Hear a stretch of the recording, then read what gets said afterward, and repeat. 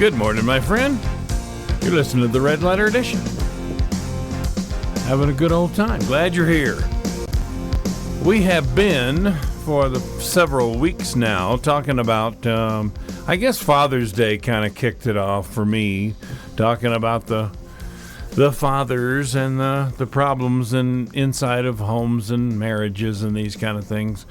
It's a real problem. I mean, there are some serious problems, and we need to deal with them, and we're going to have to deal with them honestly. We're going to have to deal with them forthrightly, and most of all, I think that all of us, no matter who we happen to be, that need help in this area, we want something that's effective. And the truth of the matter is there's not many things in life that are safe and effective, as the pharmaceutical industry loves to say. Safe and effective. But I think that if we go back to our manufacturer on these things, that we will probably fare much better if we just do things his way. Now, if you happen to be a male who wants to honor his female, and the point that you don't want me talking ugly about women and all, and I get guys, that say that. I don't like the way he talks to my wife or my mother or my daughter or whatever else. And, sorry about that, but there's stuff that needs to be said, and there's stuff that needs to be said to you too, friend. And so I'm just gonna say it. The reason I'm saying it is not because I happen to be perfect in these areas. People that know me personally know that I'm not. And we all need these helps that the scriptures can give us, that the Lord can give us through revelation. And in many different ways, we can figure out how to fix our families. And the reason that I am preaching it is because all these sissified preachers out there just are scared to do it, I guess, because they're not doing it. I know the Bible that they carry around says the very same things mine does. I assume it does. I don't know what they're carrying anymore. But it's just, we've got cowardly pulpits out there, and we got, sissified men that are scared of their wives and their mothers, and they don't want to offend anybody and that kind of thing. And you can't do this without offending people. You can't do it. We're living in a day and age now where offense, oh my goodness, offense. We're violated if somebody makes us feel less than happy.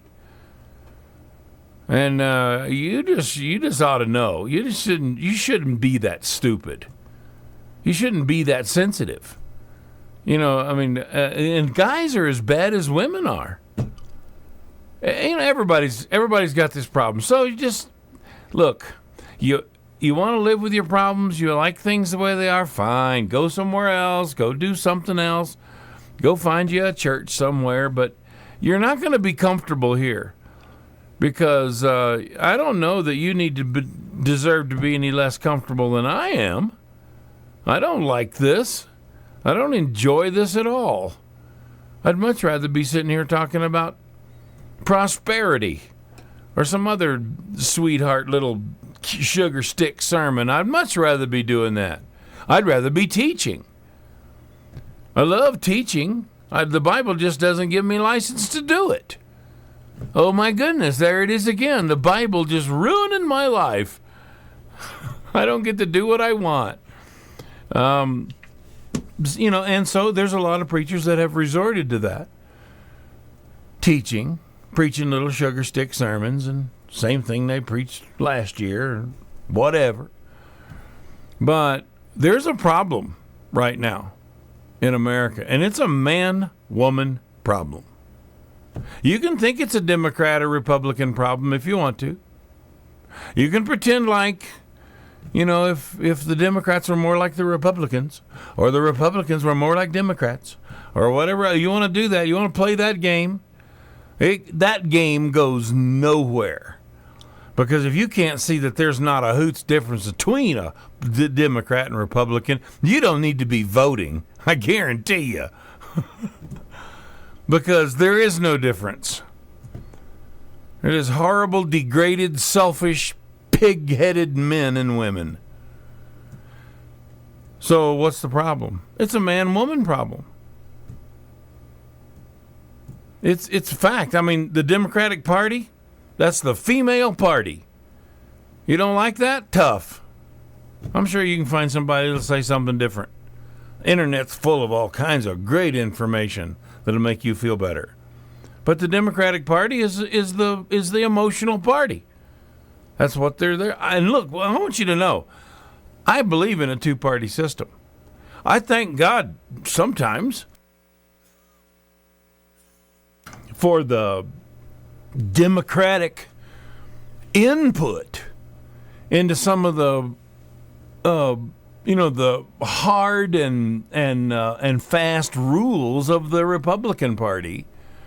I appreciate the fact that there's somebody there that is pleading for, the right and the sensitive and even in the emotional way. I appreciate the Democrats for tempering the bullheadedness of the Republicans.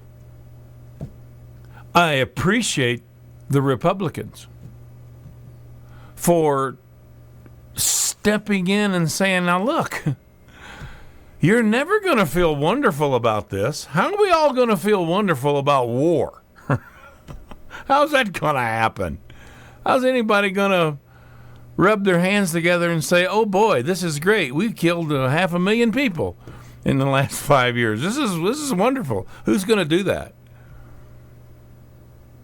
I remember, I bring this up a lot because it was very significant to me watching the old movie Les Miserables. You know the movie? I don't know. I'm sure it's been made and remade, but if you can find the old black and white, back when people were people, before we turned into sex pervert, overeating, big, fat, sugar-soaked, medicine-induced half-wits. And anyway, I'm calming down now. But I remember watching this movie, and Jean Valjean, with the star, I don't know if they called him star. It was a play for years, a book. And he was in prison for life. I think his sentence was for life for stealing a loaf of bread. Watching this movie with somebody else, I was asked the question, how does a government get to the point that a life sentence looks like that's a pretty fair that's a fair punishment for stealing a loaf of bread for a hungry family? How does a government get to that point that seems like a good idea? Well, my answer was, what you're looking at right there, that is the United States or any country in the world, any people in the world that is governed by Republicans with no Democrats.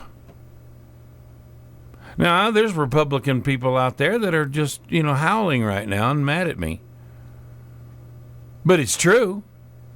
If you had your way as a leader of a country, you would be some hard-nosed, rule-making, law enforcement, martial law kind of if somebody steps out of line, blow their head off kind of that masculine, macho, wife-beater kind of a mentality. That's where you'd be if you didn't have the Democrats buffering you. Now, you want to look at the other part of that? Well, pretty much look at mainstream modern-day America. How is it that a man can get off with 18 months of time served for raping and killing a woman? How does that happen? How is that the right thing to do? Well, that's life under Democrats. I can't say when there's no Republicans. And you have to understand, I'm using a pretty broad brush here with this Democrat and Republican thing. But that's pretty much life under the emotional, female, feel sorry for, boo-hoo, crybaby, oh my goodness, think of the children, oh, the children, that kind of stuff. That's how you get into that situation. And it's just a fact that there has to be some buffering party. I don't care if you like them or if you don't. There has to be some kind of buffering, or we just go hog wild and destroy everything we touch. That's what humans do. Now, I am not in favor of a theocracy. I don't like it worth a toot, to tell you the truth. You might think, oh, we don't need Republicans. We don't need Democrats. We just need to be a theocracy. I think Pat Robertson had that in mind when he ran for president 100 years ago, whenever that was. That, we just need to run our lives and run our country according to the Bible. Well, these Bible worshipers always leave out the one little defect in the plan. The Bible can't run nothing. It's a book. It's paper and ink, and sometimes with a really fancy leather cover. That's all it is. It's just a book. It's a collection of scriptures. That's all. It can't run anything. It can't even serve as a foundation. I know you want to believe that our country is a Christian nation founded on the Bible, but it's not. It might be founded on your Christian faith, which is severely lacking. You can't even tell me what the 10 Commandments are. You don't even know the personality of the God that you serve. Jesus Christ, what he did, why he did what he did, what he said, what he told you to do that you're not doing, what he told you to not do that you are doing. Yeah, it probably, looks like that Christianity, but that's all. But it's not according to the scriptures. So what's wrong with a theocracy? Because there's men deciding what the Bible says and what it meant when it said and how it was translated and all the rest of this. And if you can't look at the fact that we have 30 to 40,000 little sects of denominations out there, all based on the Bible, if you think that's unity, you're just crazy. You're not thinking right. Matter of fact, a lot of these arguments that I bring up in here are not something that somebody actually believes. Most people don't believe in nothing but their own tongue and whatever other important organ they happen to play with all the time, and that's all that their life consists of. That's it. It's where they can find their toys, how they can find their money, and that kind of stupidity. So where did they get all these political ideas? Where did they get all these cliches and all these sayings and all this stuff? And I hate Trump, or I hate Hillary, or I hate. Where do they get that from? They don't even have the guts or the character to hate anything. They just hate all things equally, I guess. And they get their opinions from the news. They don't even have an opinion. I was arguing with somebody recently, and I said, hey, just out of curiosity, buddy boy, have you ever had an original thought in your whole damned life? Ever? Or do you just get your opinion off the news?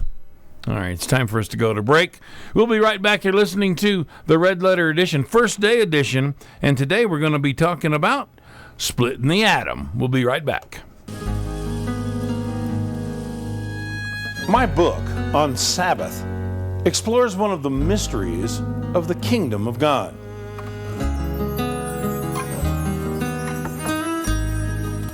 Why did God ask us to rest? It's really an odd commandment when you think of all that He could have asked us to do to show our faith in and our love for Him. Are we to become Jews, Seventh-day Adventists, or some wild cult in the wilderness? This popular book leads the reader to his most important decision he's made since deciding to make Jesus Christ his Lord.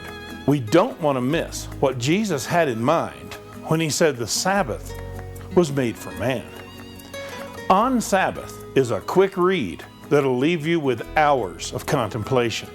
Traditional objections are accurately and concisely answered. We owe it to ourselves to explore this invitation to spend time with the Father. Perhaps God will not give us the next step until we obey the instructions we have in our hand. Get your copy of On Sabbath at questionsofjesus.com. Both of these books are also available in audio. The On Sabbath book is available in English, Spanish, or French. Specify the language you wish.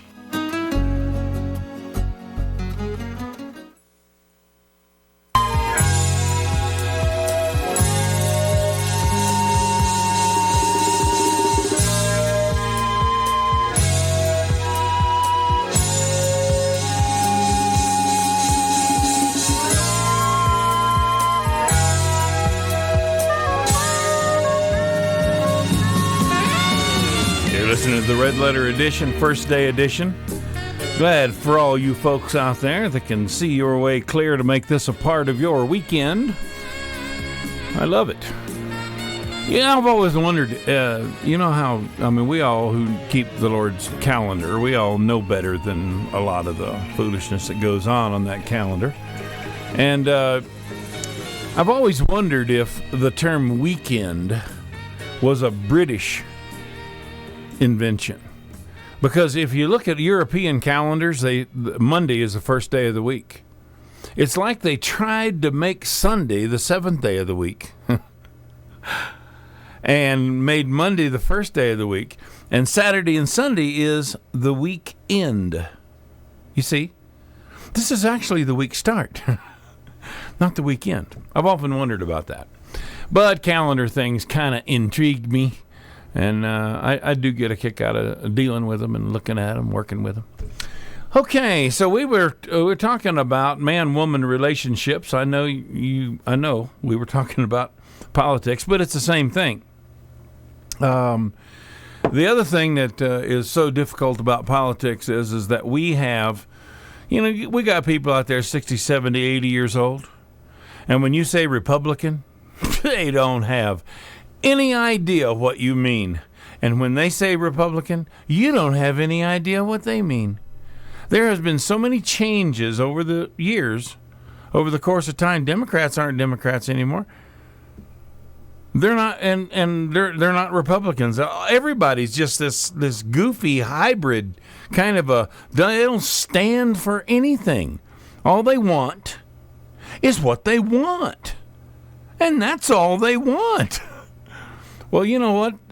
I just described almost near perfectly the situation of men and women and, people in general today. We don't know what sex we are? Really? Could that be so? Could it really be so that we don't even know what sex we are? Yeah, here we are. We don't know. We're not really sure. Do you identify with being a woman, or do you identify with being a man? And is it insulting to tell a guy like I always do, you just need to grow some body parts? Is that insulting? Do I, to tell a guy, are you your wife's wife, or are you your wife's husband? Because I swear, a lot of times I don't think they know. Well,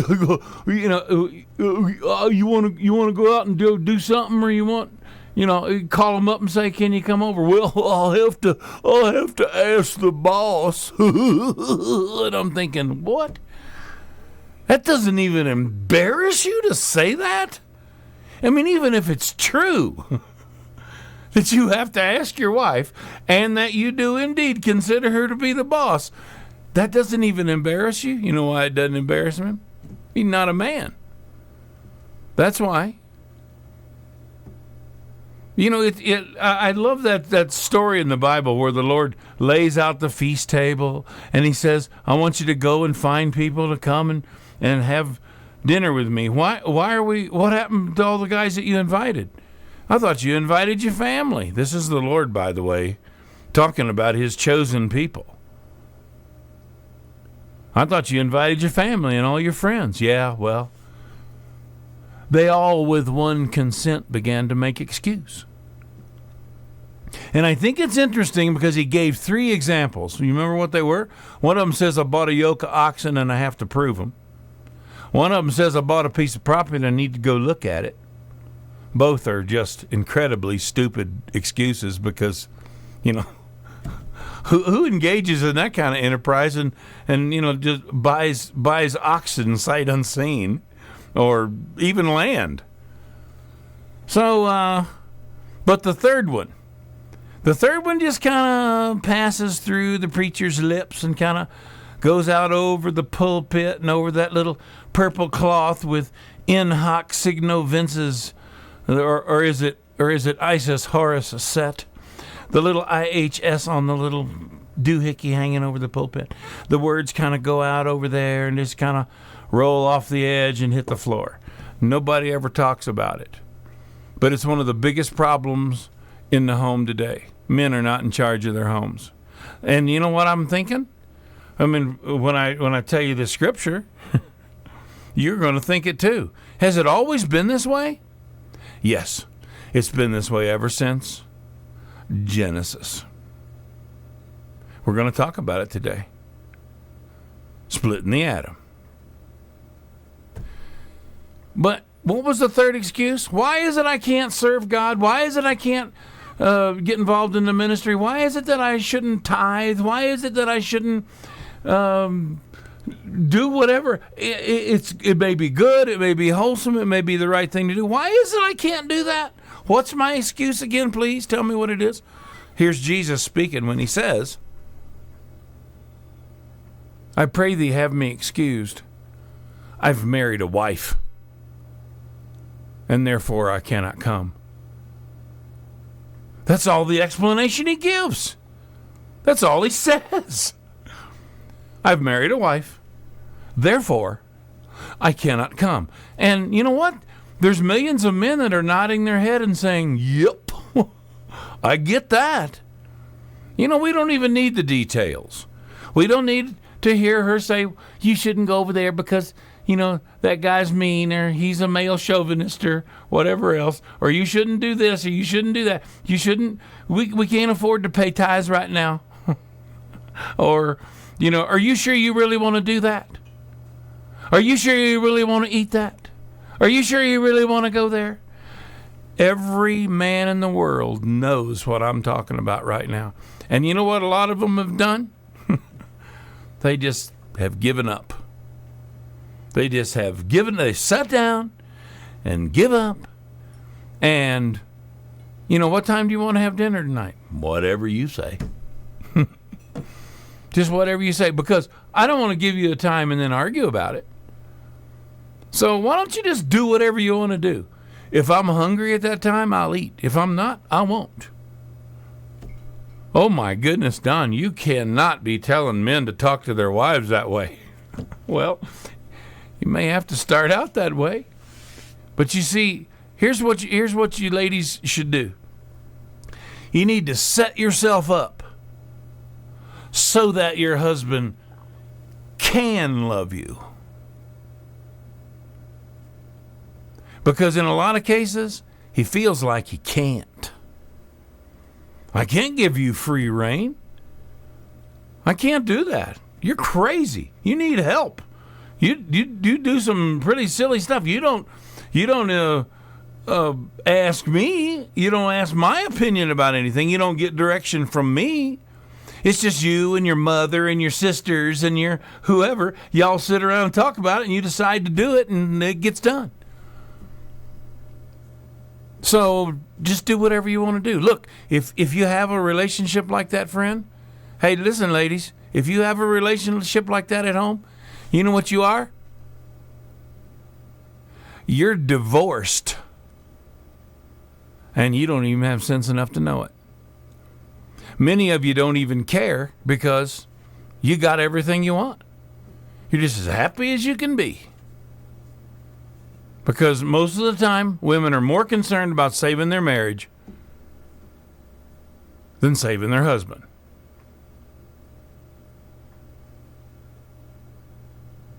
Now, this is a serious problem. I will not lay this entirely at the door of a woman. I'm not going to do that. Even if we weren't talking about men today, and we are. I know it doesn't sound like it yet, but I'm working on it. I'm working toward it. But even if we're just talking about just the women's part in this,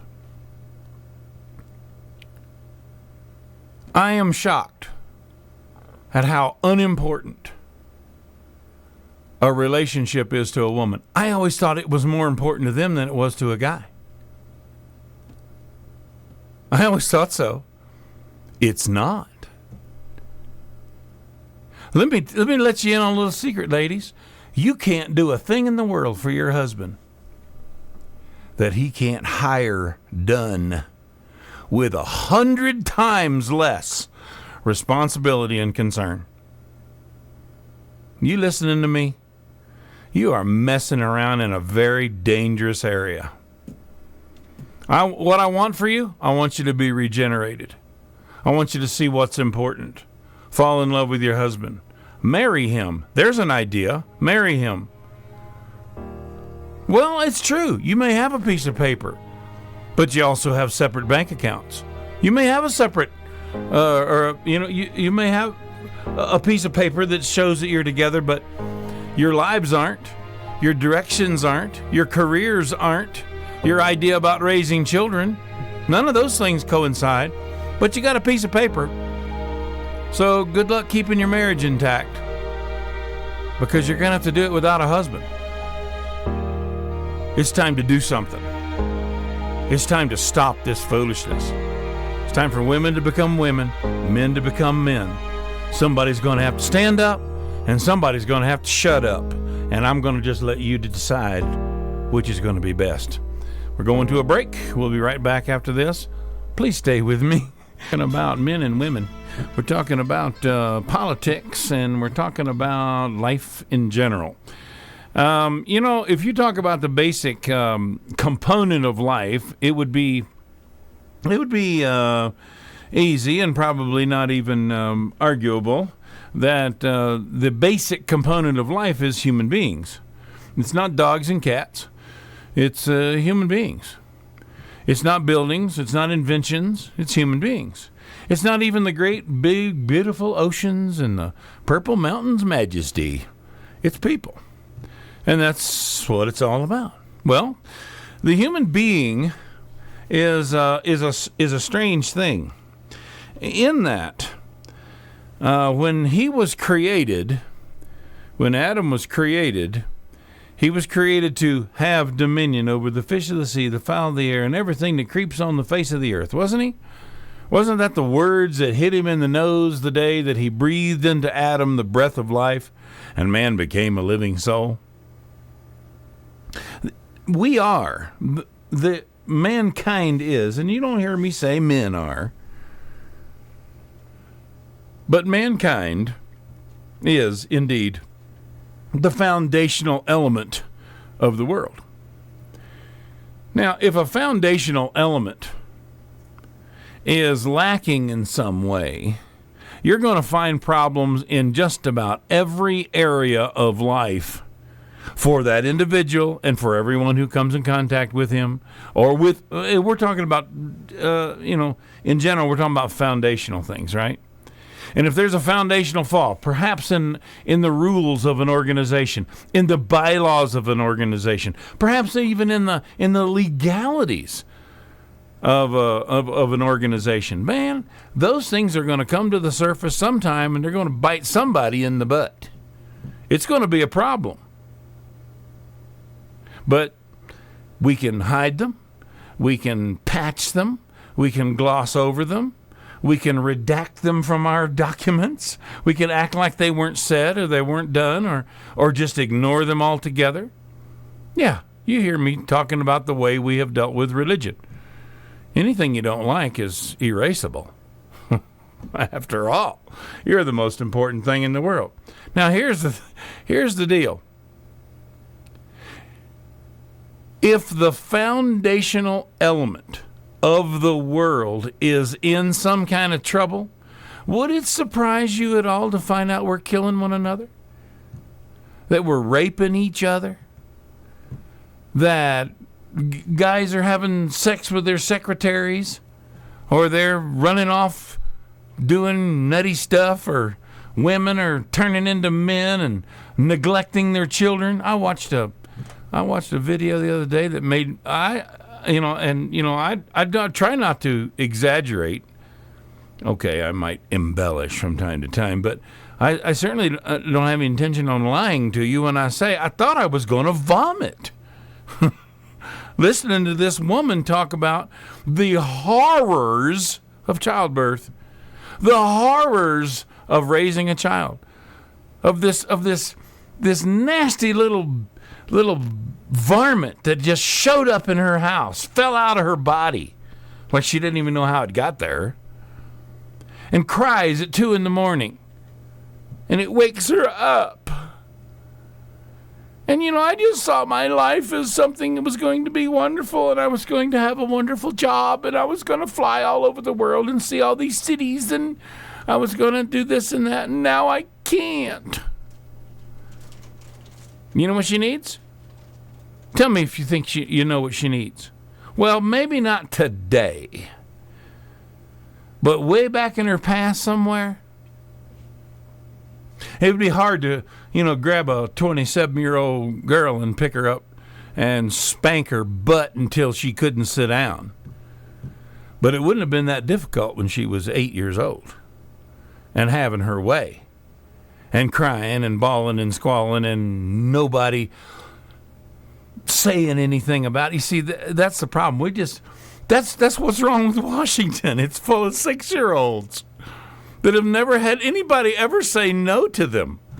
Ever. They talk about, the answer to the drug crisis, just say no.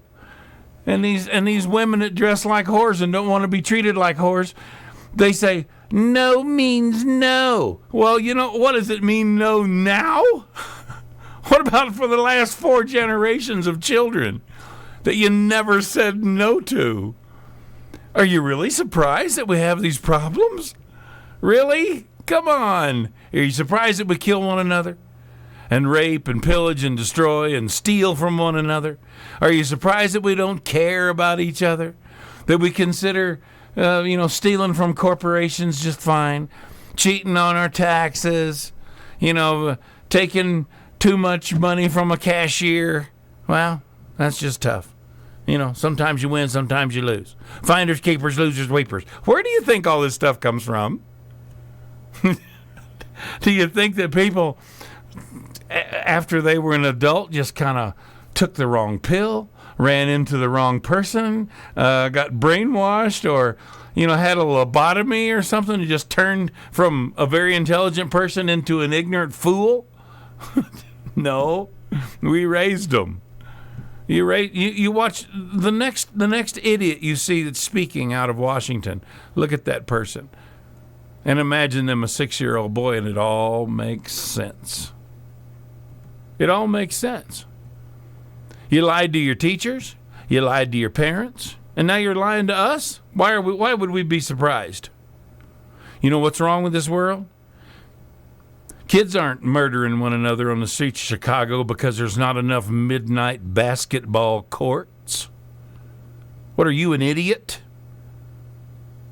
There's nothing for these kids to do. Oh, so they murder each other? Really?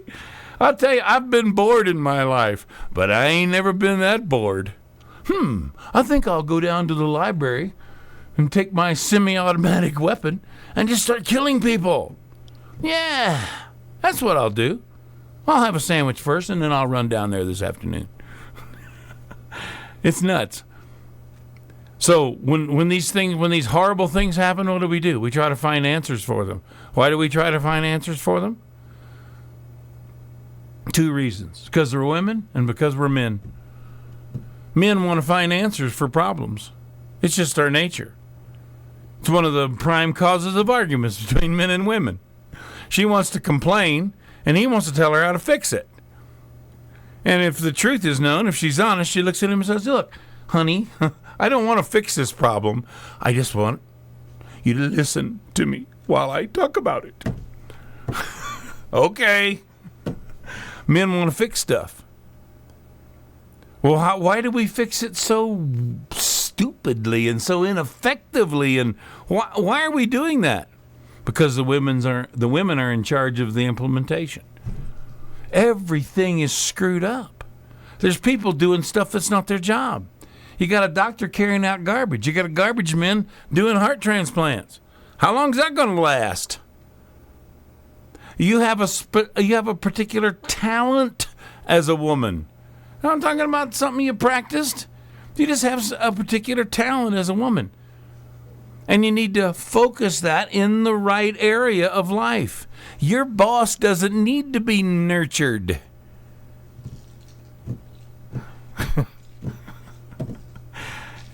See, oh boy, a million thoughts just went through my mind. I'm telling you that we are so out of place. Why? The foundational element in the earth is messed up from one end to the other. It's a serious problem. Serious problem. Unless we get it right, it's never going to get fixed. How we get it right? I got your first 2 steps. I told you what they were. Somebody needs to shut up, and somebody needs to stand up. If you had trouble putting the right genders into the right instructions, let me do it for you. Hey, you guys, you need to stand up. You need to be a man, be a leader. You need to look at your wife and say, you know what, I'm real, and not that bravado, crap where you say, you all of a sudden you're going to become, after being a weenie all your life, you're going to become the heavy-handed lord of the manor, and you'll do what I say. Well, you're going to find out that won't go very far, and it ought not go very far. But if you look at your wife and you say, look, I really want to make this work. Look, I know, okay, maybe there's nothing wrong between you and I. Maybe we have worked this out, been married 40 years or however long it takes. Certainly more than I thought. But, okay, we've been married 40 years and we get along just fine. But you know what? We're an example to our children. It might not work for them. They're living under different circumstances, under different temptations, under different powers in the world today. So we owe it to them to be an example. They need to see me running this family. Their children need to see it. And hopefully they'll see it in them because they saw it in us. We're going to have to reverse engineer the very most important element on the face of the planet, which is mankind. And ladies, you want to see what your problem is? It's in Genesis. It says it right there. It's the curse that came on the poor women. I know you think it's childbirth.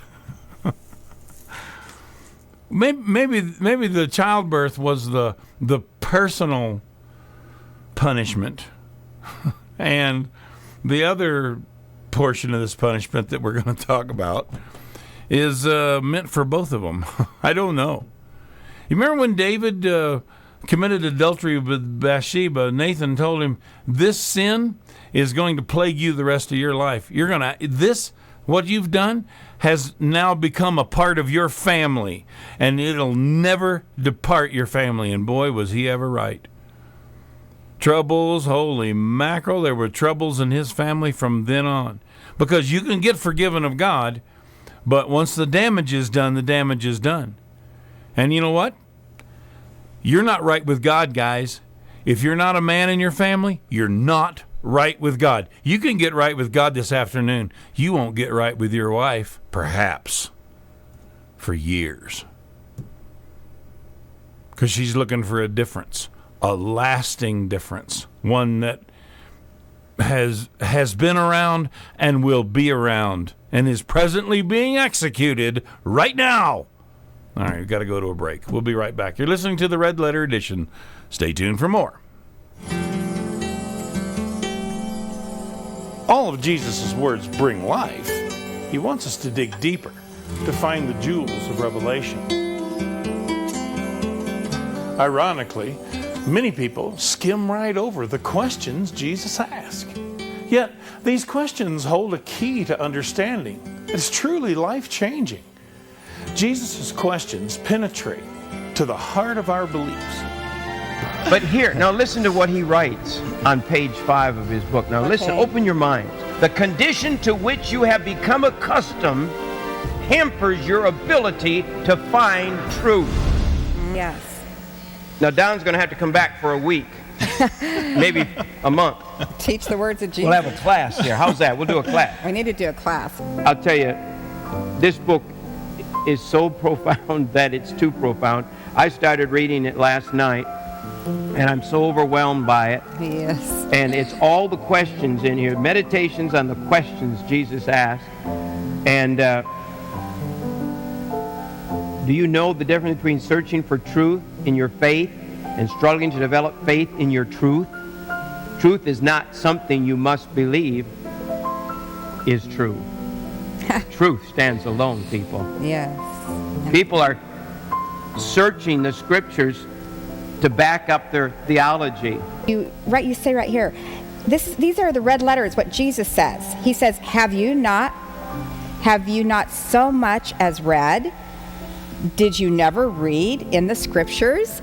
Yeah. Can't you just hear Jesus asking? He was astounded. Astounded that these people who had faith never read the scripture. The book, Red Letter Questions, captures the personality of Jesus and his ministry in the historical gospel. Remarkably, as you read, the red letter questions of Jesus transcend time and become applicable for all men and women today. The Word of God reveals a Christianity which is extremely practical and deals honestly with everyday problems of life.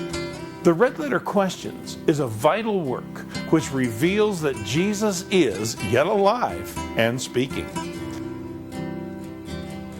Request your copy of The Red Letter Questions. Send an email to info@questionsofjesus.com and simply ask for the book or the CD. They're yours for the asking.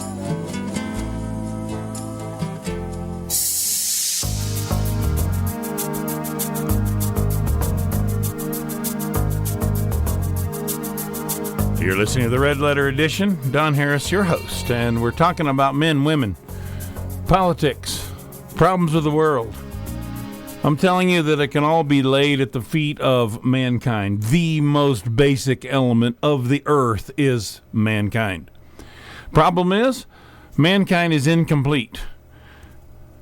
Mankind is incomplete in two ways. He's incomplete as a male, and he's incomplete as a female. Now listen to me now. I'm not complaining. I'm not trying to correct you here. So don't get your hackles up.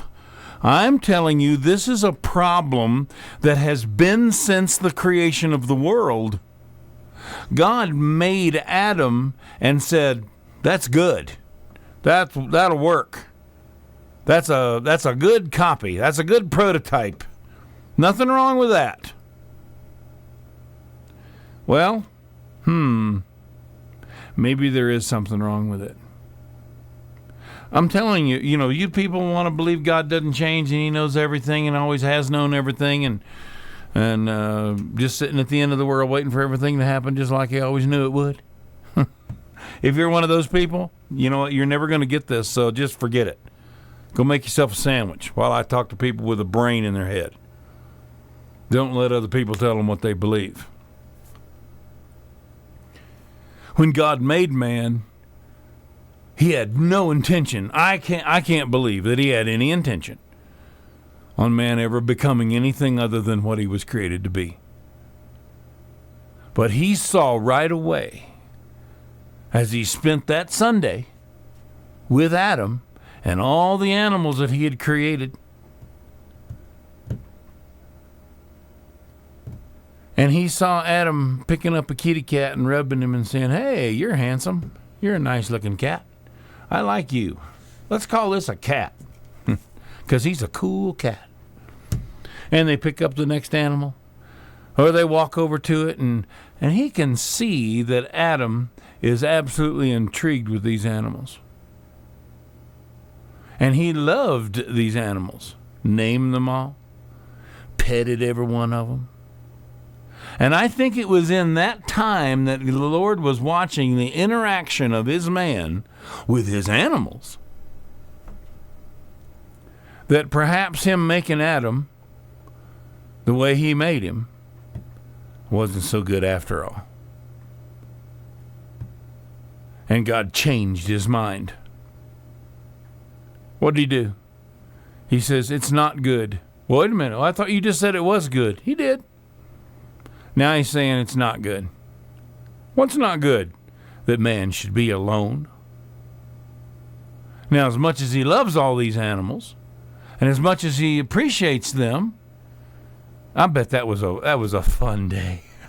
I bet that was a fun day. But at the end of that day, the Lord decided, it's not good for man to be alone. But there's not an animal among all these that can be a help meet for him. I always have to say this. I'm sorry if it's a repetition for you, but I just have to say it. There ain't no such word as help meet. I wish people would quit saying that. My goodness. Anybody read on a 6th grade level can see that is not one word. A help meet. Are you your husband's help meet? It doesn't even make grammatical sense. You know what it is? It's just people worshiping the Bible and just so ignorant they can't read it. What a shame. You can't be so ignorant you can't hear the Word of God. You can be so ignorant you can't read the Bible. But you can't be so ignorant as not to hear the Word of God. What are we pushing for? All right. So he decides it's not good for man to be alone. He needs a companion. Well, now we got a problem. Here we are, the 8th day, and moving on pretty quick here. And all of a sudden he realizes, I'm going to have to create something else. Now, I don't know if he saw this as a problem, but you know what? It all worked out really nicely. And if God created, and some people do believe that he created 2 different races of mankind. Did you know that? You know how the Genesis will tell the creation story, and then again it says it again, and they act like that he created, the Kenites or something, I don't know. They all have names for them. And, these are the children of the devil, and these over here are the children of God. And I don't know how you know which family you're in, but it allows people to hate and to kill and to despise and to reject and to separate themselves from other people. It allows that. Listen, if God had created a woman the way most people thinks that he created a woman, I don't know if they think it because they've read the story so many times, but I think they've got the idea that God created a woman out of whole cloth, just like he did Adam, or whole dirt, I should say. that he reached on the ground, picked up some dirt, started packing it together. Adam says, "What you doing?" "I'm making you a woman." If he did that, now you got creation extending right on out to the 8th day. We know God didn't create past 6 days. We know that. And he certainly didn't do it on the Sabbath. So what happened? He took something he had already created. He took Adam and he split him. Thus, the splitting of the atom. Now, there is a lesson in this for every man and every woman on the earth that you need to know, realize, and incorporate it into your thinking and into your life. There's something missing in men. It's at least in much lower degrees. It's like if you take a certain talent or something and you split it among two people. You give 90% to one and 10% to the other. You understand that?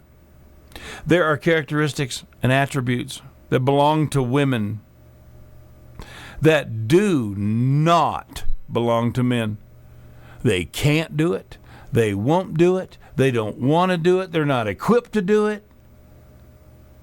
And so, therefore, it becomes the woman's responsibility to see to it that it's done. Men are the same way. There are certain things that we can do, that we're willing to do, that are they're good and they're wholesome, they're necessary. And it's not just stepping on spiders when you see them, ladies. But I'll tell you what, you may not believe, you may not want to believe you're the weaker sex. But, when a rat comes running across the living room, we all find out just how strong you are and how much like a man you are. We all see it. You might catch yourself about 15 seconds into being scared out of your mind and looking for a guy to fix the situation. Nothing wrong with all this. Because women need men. And men need women. How are we going to do this right? How are we going to do it right? Because it's obvious that men can't become women, even though they're trying that.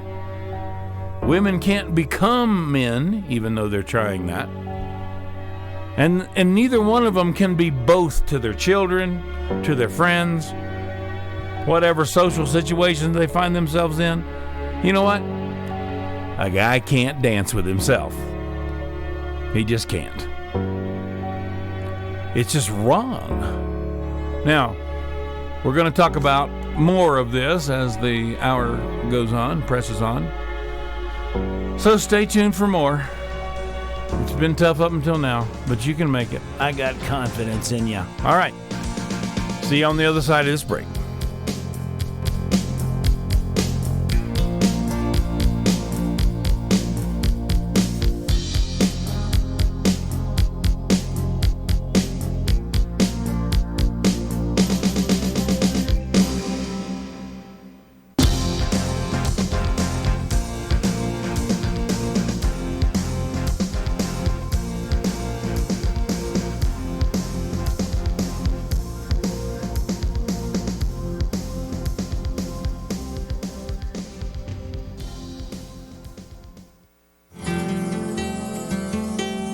It's a bit of a Cinderella story. The church in distress cries out for a deliverer who rides up on a white horse, grabs the church, and away they go for a sabbatical, while the world, goes through hell.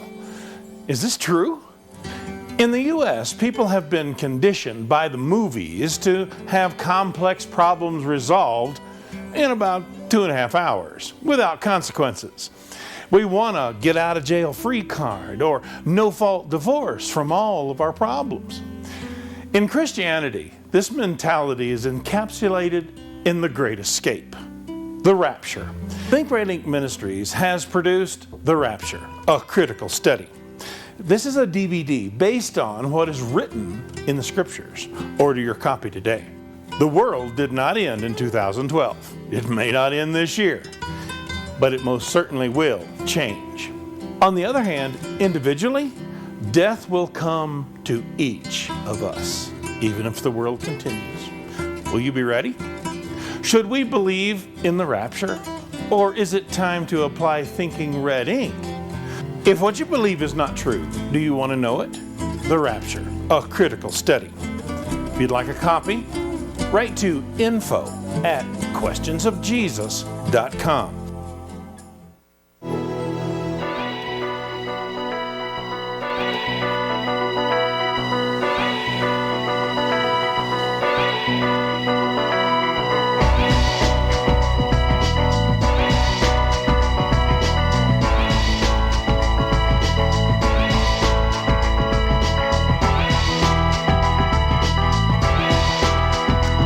Listening to the Red Letter Edition. We're in our second hour now. We usually go about 30 minutes and accept telephone calls and answer emails and questions you may have. However, the subject is bleeding over into another. You need another dose. You need another dip in the dye pot. Look, there's hardly anything more important in life than to get the world that we live in straightened out. You can have the most wonderful kids in the world, and perhaps all the trouble and strife and contention and temptations and problems in the earth, because you've raised your children with such character, and they have such beautiful, holy, and sanctified attributes in their life, they're able to look at those temptations and say, you know what, that's not for me. I'm going the other way. Thank God they do that. Friend, there's not a lot of kids out there that have that. They don't even understand denying themselves. They don't understand believing in something that they would die for. And they certainly don't understand how to follow Jesus. They don't even know who he is. They think he's born on Christmas Day. They think he's a babe in a manger or a little queer-looking sheep-carrying shepherd out there somewhere that cries every time you step on your cat's tail. They have ideas about him that are just absolutely false. I don't know how they're going to make it. I don't know how they're going to make it. They've never had a father that said that made it clear that he was running the home. They always played mom against dad or dad against mom because the two were never united on anything, and they just knew that one of them was going to let them do what they wanted to do. If it's a girl, she probably gets permission from her dad. If it's a guy, he probably gets permission from his mom. You don't see the sexual interplay there? You don't? You're not paying attention. This is why there should be no way that there could ever be anything that could even be understood as sexual interplay. How can a daughter get between a husband and a wife who are properly united? How could it happen? It can't. If your children are playing one against the other with you, you can bet you're not married. I don't care what your piece of paper says. You can bet you're not married. In the blended families that we have today, that's a psychological term. I ought to get that out of my vocabulary. We call unwed mothers now single parents. No such thing as a single parent, you idiot. Didn't you take biology? There's no way. Anyway, but if you have kids that will play one against the other, there's your sign. You're not married. You're not married. You're not solid. You're not solidified. Look, Mom, you got trouble saying whatever your dad says. You have trouble saying that? Then why don't you learn what Dad says and say the same thing? You want authority? You can you can easily have authority. All you have to do is repeat the authority over you. Do you know why I have authority over you as a prophet of God? Because I'm not telling you my words. I'm doing what I'm told. I'm preaching what I read in the scriptures. I'm preaching what he's made real to my heart. It's his authority, not mine. I just don't think that women ought to be subjugated. What if I had that attitude about my God? I don't think I need to be subjugated to God. Oh, you don't like that? How in the world can you not be subjugated to your God, which is your husband?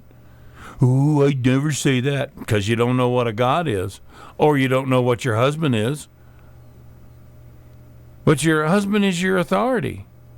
He's the one that's over you. He's over you. He's over you. All right, let's go all the way back. God created man. He took out of man woman. You take away from something, you're taking something away. So what did he take? Well, you know, if you just stand back and look at mankind, you're going to find that men and women are different. If you're a Democrat, this could be difficult for you. I'm sorry. I shouldn't have said that. I really don't dislike Democrats at all. I appreciate them, as a matter of fact. and for reasons that I told you in the first hour. But if you stand back and look at mankind in general, you'll see that there's difference in men and women. Obviously, they have different talents, different attributes, different characteristics. And all of their characteristics come from their Father Creator. You understand? The everlasting Father, Jesus Christ. Do you see that?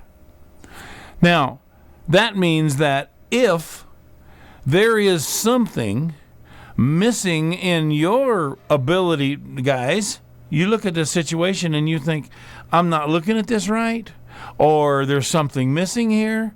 Do you know it would behoove you to find a trustworthy, holy, righteous, submissive woman and talk with her about it?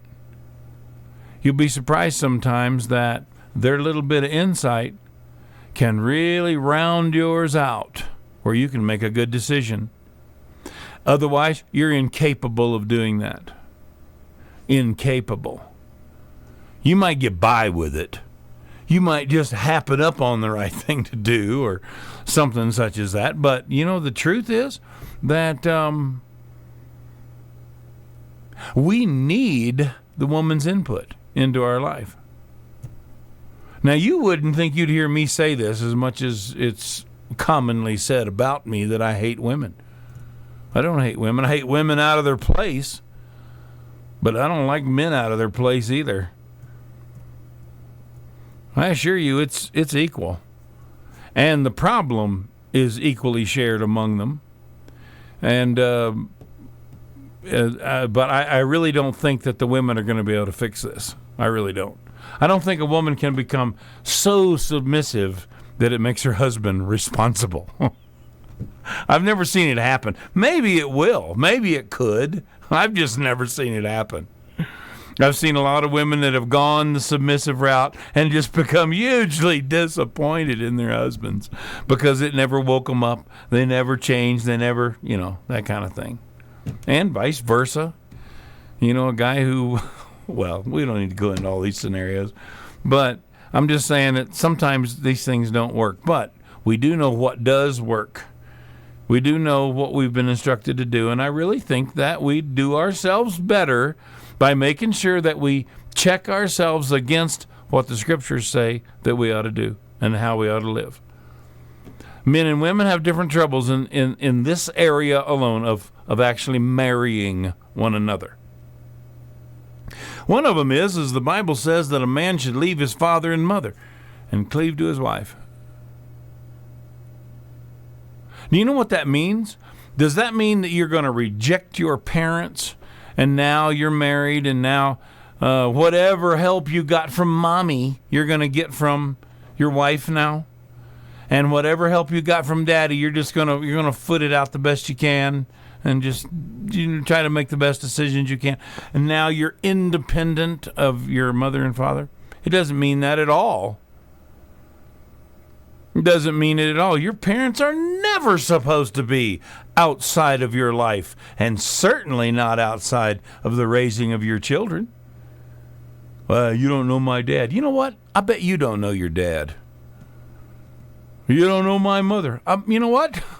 I'll bet you don't know her either.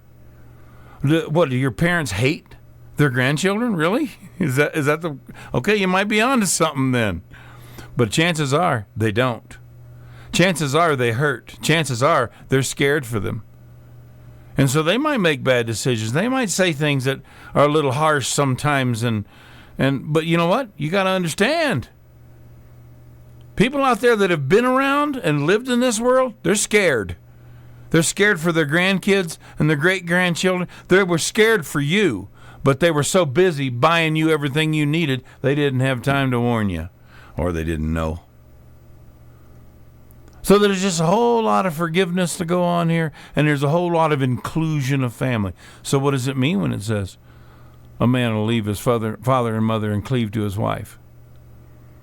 This is the man becoming a family on his own. That's all it is. You're not you're not in this family as a child anymore.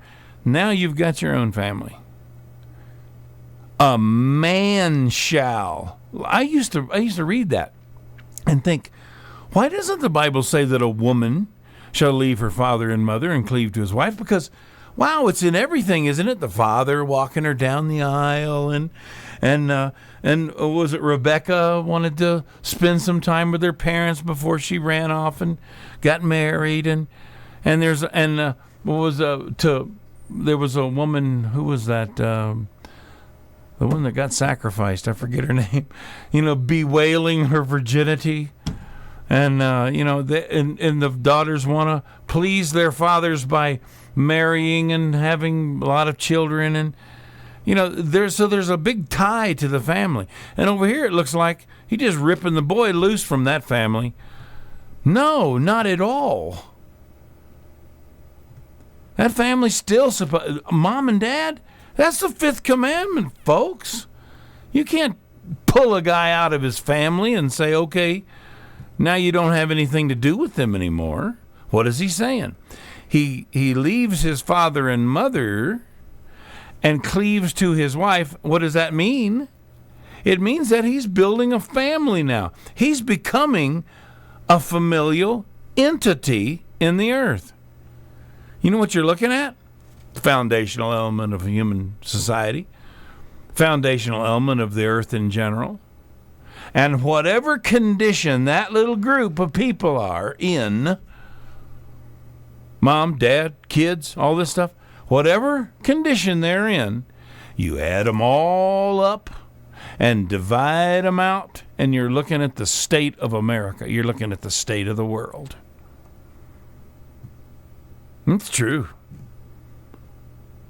You're just not going to see any different. And if you want to fix what's wrong with the world, you don't go out there and make, and go to the legislation, or you go up and lobby in Washington to get rules changed, or, petition or protest, or run around, get congressmen's signatures on bills that will fund midnight basketball, or any of the other stupid ideas we got, the government paying for and subscribing and committing people to institutions that put them on mind and mood-altering drugs to try to fix their problems or whatever. Look, you know why you got mental problems? Hey, Mr. Prozac, you want to know why you got trouble?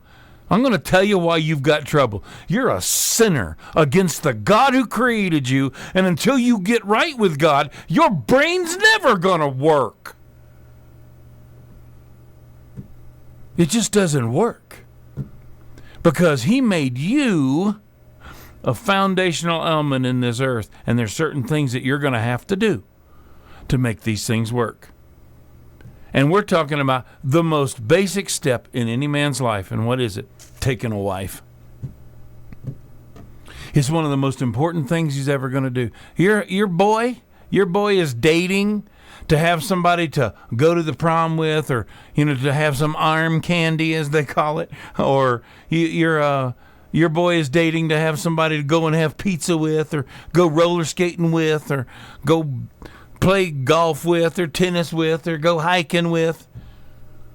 You need to put an end to that.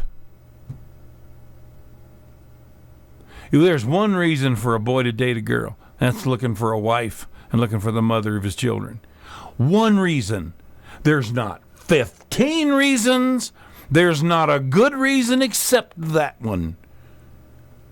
Well, that's your opinion. Well, heck yeah, it's my opinion. Where have you been?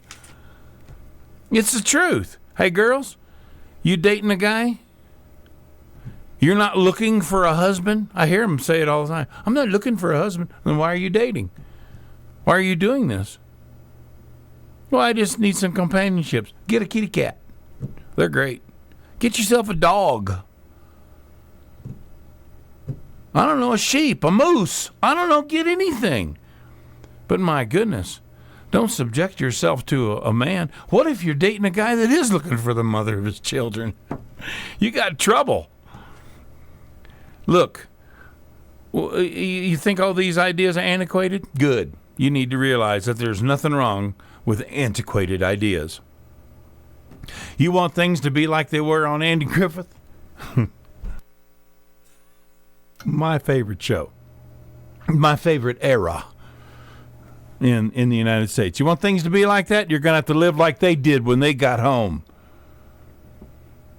Did they go home and watch Three's Company? Oh, God. Did I just date myself? I don't know. I'm sure that putrid little show is nothing. It's probably like, a sugar stick compared to the filth and sexual crap, the violence and stuff that's on TV today. Is that what the Taylors did in the evenings? You can't have that kind of a life without having that kind of character. You can't do it. You want to go back to those days? Really? Do you want to? Ladies, are you sure you want to do that? There wasn't many ladies with careers in those days. If they were careers in the nurturing areas of nursing and taking care of children and taking care of the home, and women knew how to sew and how to cook and how to deal with family situations, and they were keepers at home. There's Paul's words coming out. I tried not to use them today because people hate him for talking bad about women. Or whatever. But they were keepers at home. You think the guys in those days were different than they are today? You better believe they were. You better believe they were. You know what you would have called one of those guys if they lived in the society that we live in today? You'd have said that he's out of touch. You would say that he's naive. He doesn't know anything. He's not been around the block. He's not hardened. Huh? Do you want that kind of lifestyle? That's what it's going to take. It's going to take getting back to innocence. The only way we can get back to innocence is to get back to Garden of Eden. You want to get back to the Garden of Eden? You got two beings standing there that were created from one. Do you see how important it is? You're not just looking for a wife or a girlfriend, guys. You're looking for the other half of your body. You're looking for the other half of your life. Girls, same thing. And you know how that's going to be manifested? In your children. You're going to have children that are going to be half you and half her. And which is, again, one of the most honorable things that anybody can do on the earth is to have children and have a home. I don't understand why it's so denigrated and so looked down upon. I don't understand it. What's so wrong with it? You know what makes it wrong? Our children interacting with this godless and sinful world. We point at people and say, this is what I want you to be. This is who I want you to be. I want you to grow up and be like this person. Well, we do. We turn the TV on and set them down in front of it. We make movie stars. It's just so sad to see, a little boy or a little girl, and their whole purpose in life is to grow up and be a movie star, to be a singer, to be a basketball player, to be a football player. Come on. What in the world? What are you thinking? Well, it's glorified. It's talked about. And they have no parents to say any otherwise. They have no grandparents in the home. The grandparents live so far away they don't see them except on Christmas. Grandparents aren't involved in their life. Mom and dad's not involved in their life. They're told by the stupid education system that they're wonderful persons and that they can do anything and they can be anything. And, you don't want to ever hold them back or hinder them. You damn right I want to hinder them. Do you know what children do? You know how they treat one another? You want to talk about them being innocent and being kind and being sweet and all that stuff? You know what? Get the woman out of the equation. Let the men deal with those kind of things. He knows how wicked they are. Even if you don't. Why? Why should I do that? Why should I let my husband involve? Because you're not complete. You're only half there. You're only half there. He's only half there. If I can't, by what I'm telling you today, develop something in you that lets you know that this is more than love. A marriage is more than looking across the room at your wife and thinking, what a shapely woman that is. Or even, just loving her so much, that you just worshiping her or whatever, or she's worshiping you, or the rest of this stuff. All this stuff is such a waste of your effort. And we have 4 or 5 generations now to prove what I'm telling you is true. This is why arranged marriages work so well. You had adults picking out your wife for you. My God, who raise your hand if your life would have been better. If you let somebody older and smarter than you pick out the other half of your life that you were going to live with the rest of your life. Arranged marriages work just fine. We've had the silliness added to our life we've added the ideas of soulmate. You ever heard of a soulmate? A soulmate is supposedly someone who is, this is who God himself has decided you need to be with. They're my soulmate. Well, only women talk like that, except men who are women, and they talk like that. But the truth is, there's no such thing as a soulmate. I am totally convinced that any man on earth can get along with any woman on earth if they'll do what the scriptures tell us to do. Understand what the scriptures are trying to tell us about this situation. I am convinced any man can get along with any woman. Any woman can get along with any man if they want to do that. That's why arranged marriages worked for so many years. And that's why these love affairs that end up getting legalized don't. And by the way, it's not the legalization that makes a marriage stand or fall. It's not. You get two people that decide to get married because they're lusting for each other, or two people deciding to get married because they actually have, they've fallen in love with one another and they want to build a home together. I don't care which one's got the piece of paper. The one that wants to build a home, that one will succeed. That little sexual tryst that you're trying to make legal with a justice of the peace, that's going to fail. I don't care how legal you think it is. Because marriage is not made in the courtroom. It's not made in the back of the sheriff's office at the justice of the peace or in the city clerk's office. This is why second marriages are such a mess. There's no home to build. Well, she's got her kids and you got your kids, and you have a blended family. No, you got nothing. You got two separate families that you're trying to put together for whatever reason you come up with. You got a mess. Okay, you're the exception to the rule. Fine, okay.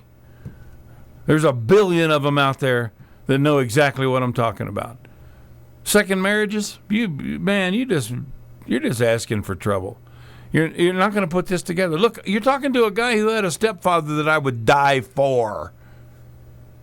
I love this man. He treated me like I was his own son. He taught me every day. He spent time with me. He loved me. And I know what it's like to have a stepfather that loves you. Even having lost my biological father. And in many years, having both. So I'm not saying these things can't work or they're doomed from the outset. But you want to know why second marriages are so rough? You're not building a home. If you had a home, all this stuff makes sense. Why? It's the foundational element of the world out there. That's why God split Adam. That's what this is all about. You want to talk about just foundational understandings? That's it. Get right with God. Women, get right with God. Put your marriage together the way God wants it to be done. Women, you need to succumb.